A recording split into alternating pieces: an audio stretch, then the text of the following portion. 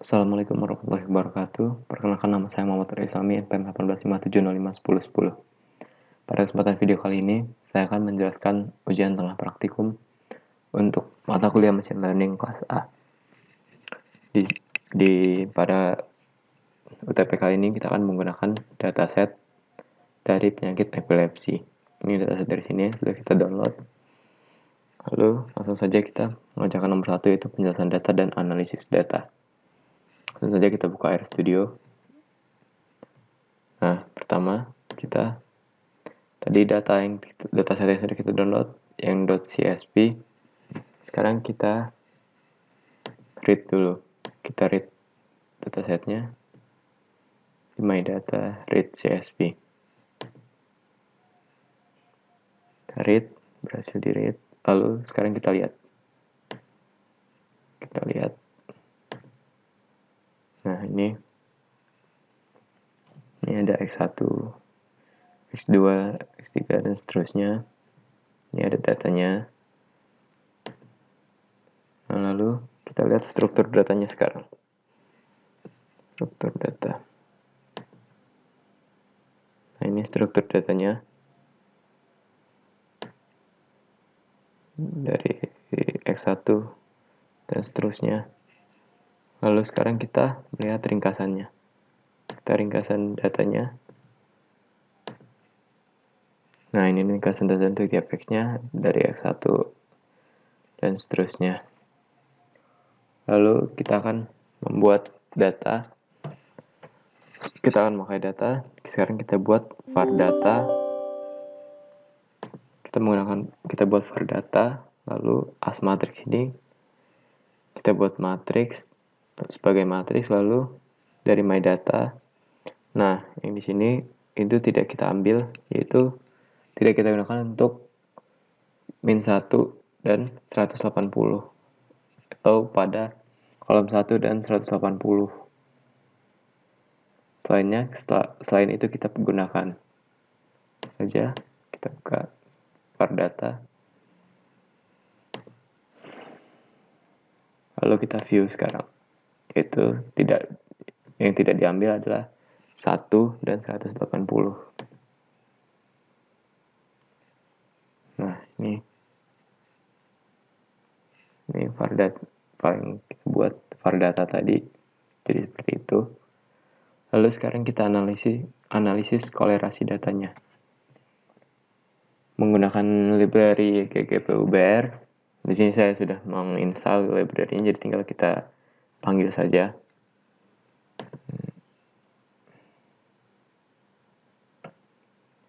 Lalu sekarang kita membuat variabel baru dengan core data dari var data yang sudah kita ambil tadi, yang dibuat yang tadi. Sekarang kita lihat korelasinya. Kita buat korelasinya, lalu kita lihat.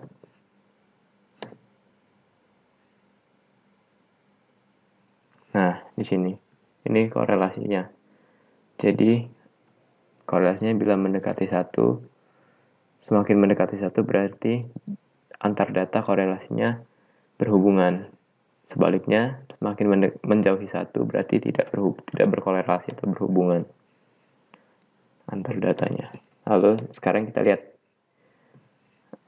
plotnya menggunakan heat map. Nah, ini heat mapnya yang merah-merah ini. Ini untuk data-datanya, menggambarkan data-datanya, persebaran data dan korelasinya. Sekarang kita normalisasi data. Dari var data tadi, yang kita buat di sini tadi, sekarang kita normalisasi dengan menggunakan fungsi scale. Kita normalisasi. Lalu kita lihat setelah dinormalisasi, datanya akan seperti apa. Nah, ini setelah dinormalisasi. Nah, ini setelah dinormalisasi, datanya persebarannya menjadi tidak terlalu jauh dan lebih teratur dibanding tadi saat belum dinormalisasi. Ini datanya tidak beraturan dan berjauhan, persebarannya tidak merata. Lalu sekarang kita lihat untuk kita gambarkan dengan plot heat map.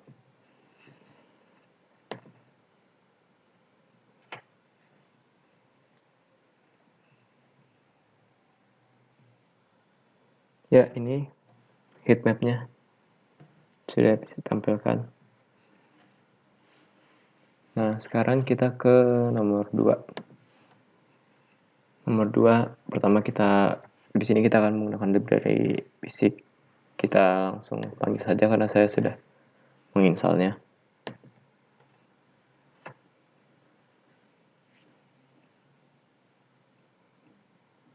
Lalu sekarang kita menghitung clustering secara partition dan hierarchical. Pertama kita menggunakan distance, menghitung jarak dengan distance. Di sini ini dengan menggunakan var data yang telah dinormalisasi tadi.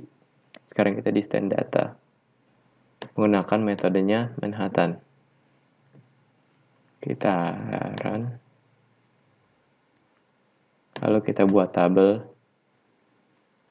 dari distance data tadi, kita buat sebagai matriks, lalu kita buat tabelnya, tabel distance-nya.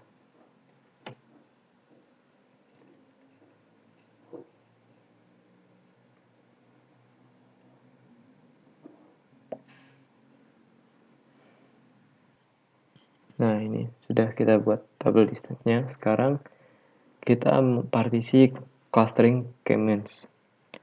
Nah, di sini k-means kita gunakan yang var data di normalisasi tadi. Income member data kita menggunakan 10 cluster atau 10 iterasi. Kita coba run.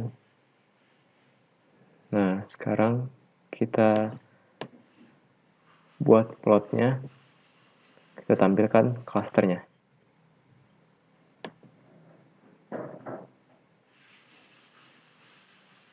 Nah, ini clusternya. Warna-warna di sini mewakilkan untuk tiap clusternya. Warna-warna di sini. Sekarang kita partisi clustering elbow. Nah, sekarang kita bagi jadi 2 var data tadi. Kita run.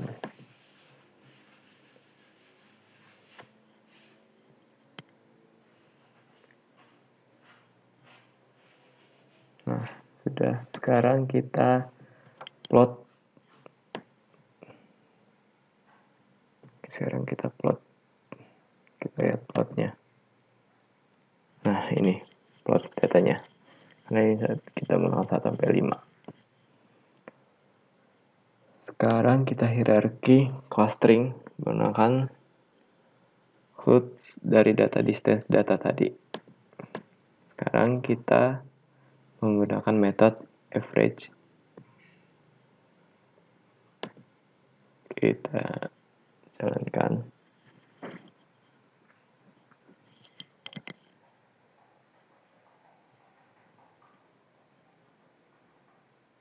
Nah, sekarang kita tampilkan plotnya.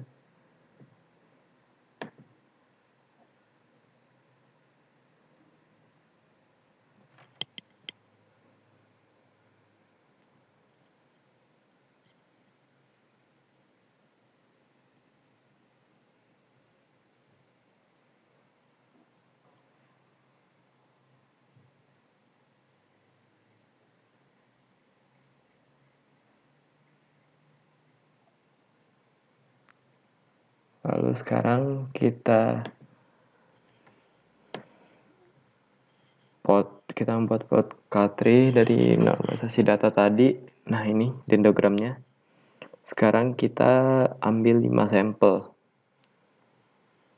Kita ambil 5 sampel dari dendrogram itu.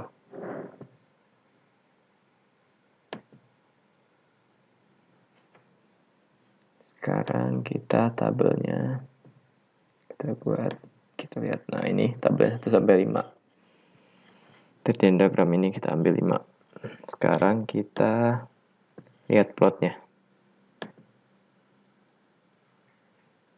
Nah, ini plotnya. Plot 5 data yang kita ambil tadi sampel. Sekarang kita ke nomor 3. Nah, di sini untuk nomor 3 kita menggunakan 3 library, ada Naive-Bayes, dplyr, dan basic. Kita run dulu, kita panggil library-nya. Naive-Bayes ini dan basic 3 ini. Nah, sekarang kita gunakan my data tadi ini, tapi kecuali kolom 1 yang tidak kita ambil.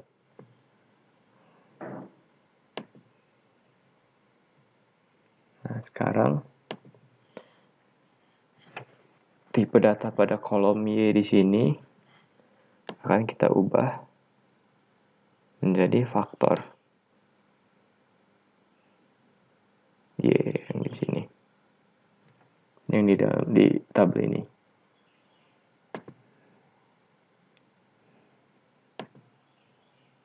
Nah, kita run dulu. Lalu kita set dulu datanya, partisinya.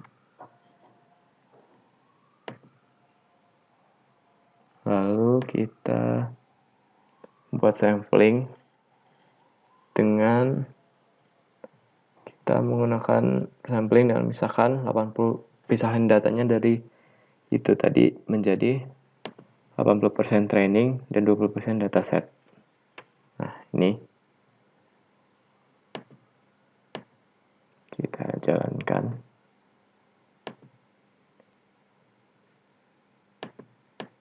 Ini untuk ke data training pertama. Lalu kita data test dari indeks kedua di my data. Di my data ini tadi. Kita run. Sekarang kita klasifikasi membuat model Naive-Bayes dari kolom Y menggunakan use kernel true.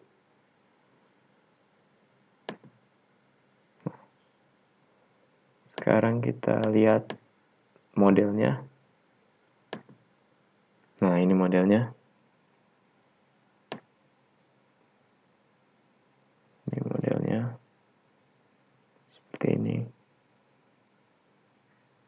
Lalu kita pembuktian model data train-nya. Kita gunakan data train. Kita run.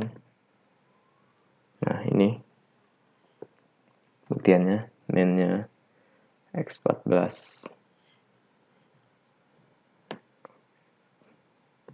Sekarang kita pembuktian untuk data testnya di X14 juga. Nah, ini data testnya.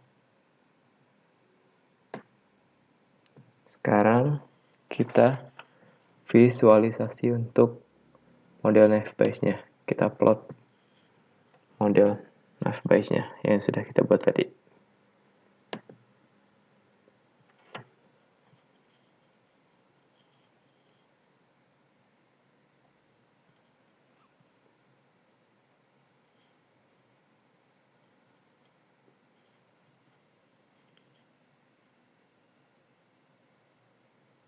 Kita buat plotnya. Nah, ini plotnya. Seperti ini. Density. Nah, lalu kita buat probability model Naive-Bayes-nya dengan buat data ptrain dengan isinya yang kita ambil dari data train tadi. Data trainnya. Sekarang kita coba.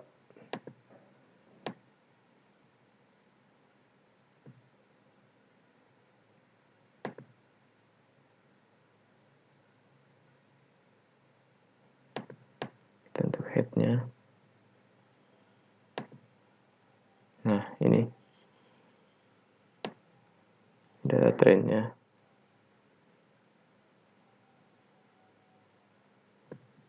Lalu kita lakukan prediksi dengan berdasarkan data trendnya dengan membuat value P1. Kita coba jalankan.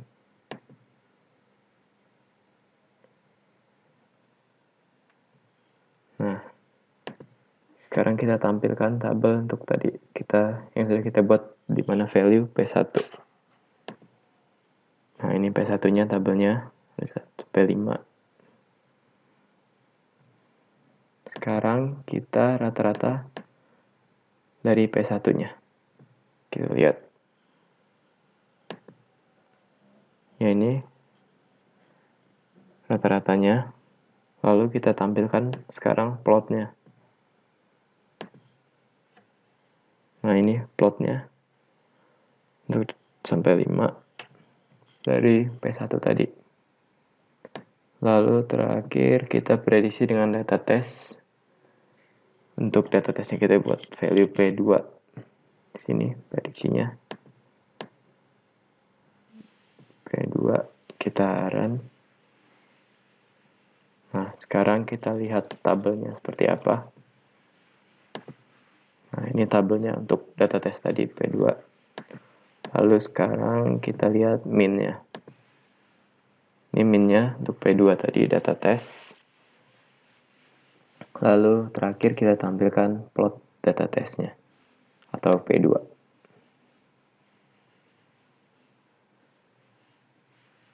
Nah, ini plotnya. Sekian presentasi dari saya. Mohon maaf bila ada salah-salah kata. Saya akhiri. Wassalamualaikum warahmatullahi wabarakatuh.